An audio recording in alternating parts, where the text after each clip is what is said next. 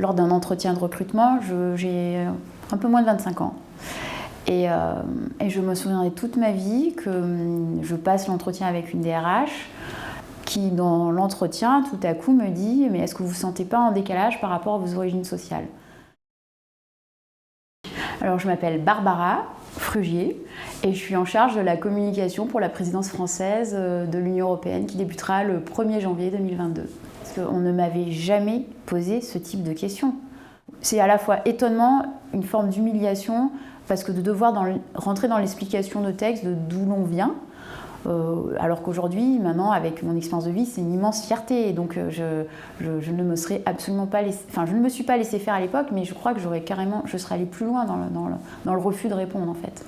Alors, je sais pas, c'est peut-être moi dans la conversation qui est amenée dans mon récit d'étudiant. J'ai été une jeune élève boursière, donc peut-être que j'ai évoqué ce terme-là. Donc, je n'ai plus le souvenir précis de l'échange. Ça date maintenant d'il y a 20 ans en arrière, au moins. Mais j'ai vécu ça comme une forme de condescendance de la part de la DRH, quoi. Je suis née à Arles, il y a maintenant dans les années 70. J'ai grandi là-bas jusqu'à l'âge de 18 ans. J'ai un parcours, on va dire, d'une famille, on va dire, classe modeste ou moyenne. Mon père était employé de banque et ma maman assistante médicale. Et j'ai grandi dans une famille où il y avait beaucoup d'émulation au sens porté par ma mère pour être une jeune fille indépendante et toujours très soutenue de ce côté-là. Et aussi, je m'intéressais toujours au sujet politique, au sujet de l'actualité internationale. Je détestais être avec les enfants, à table avec les enfants. Je voulais toujours être avec les adultes. Donc voilà, ça a fait que ça a créé mon parcours, on va dire, de sensibilité forte sur les sujets internationaux, étrangers et politiques. Quand je suis arrivée au lycée, j'ai fait une terminale B, donc on va dire ES aujourd'hui, sciences économiques, arme dominante. Et j'ai eu un professeur d'économie qui m'a parlé de l'existence d'instituts de politique, de sciences politiques. Et moi, je voulais devenir commissaire-priseur, donc je m'étais inscrite aux études à Aix-en-Provence pour faire du droit et de l'histoire de l'art. Et ce professeur me parlant de cette possibilité-là, je ne connaissais pas du tout. À l'époque, il n'y a pas Internet, pas de réseaux sociaux. Donc pour avoir l'information sur l'orientation scolaire, c'était assez limité. Il y avait un centre d'information et d'orientation pour les élèves.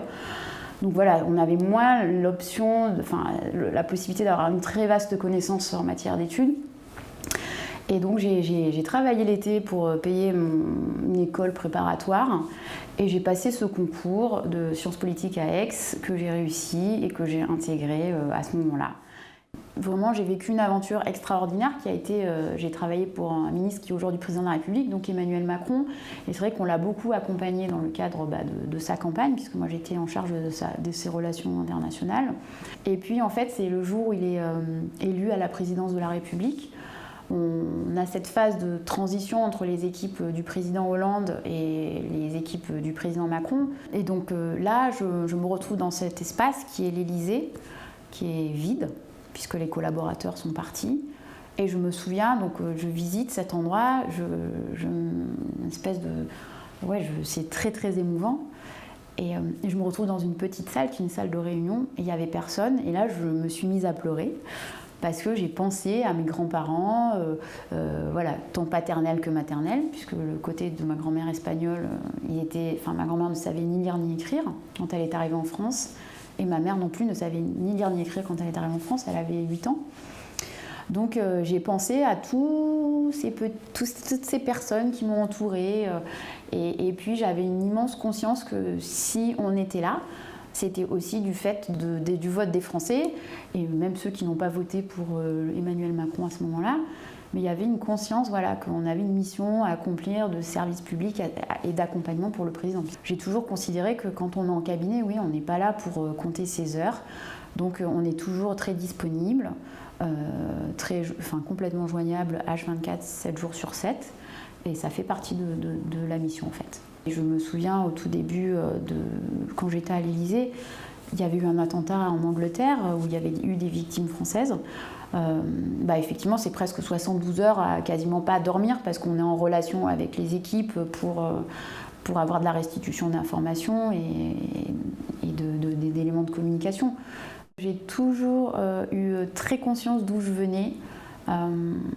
C'est quelque chose pour moi de très important, cette relation avec ma famille et mes proches, mes amis, parce que ma famille ne vit pas à Paris.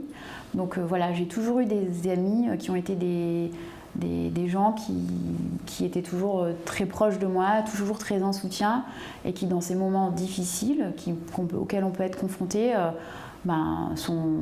expriment toute leur part d'humanité.